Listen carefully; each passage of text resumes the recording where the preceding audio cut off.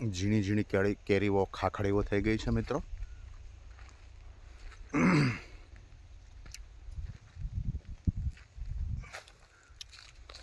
15 મે પછી પાક પડે આની અંદર. અત્યારે હજી મગીઓ બંધારણ થઈ રહ્યું છે અને શરૂઆત છે,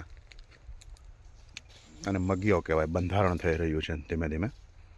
અને હજી જો આમાં વાતાવરણ અત્યારે સારું છે, અને જો સારું વાતાવરણ રહેશે તો સારો એવો પાક થશે, જો કોઈ માવઠાઓ કે કંઈ કશું નડે નહીં તો.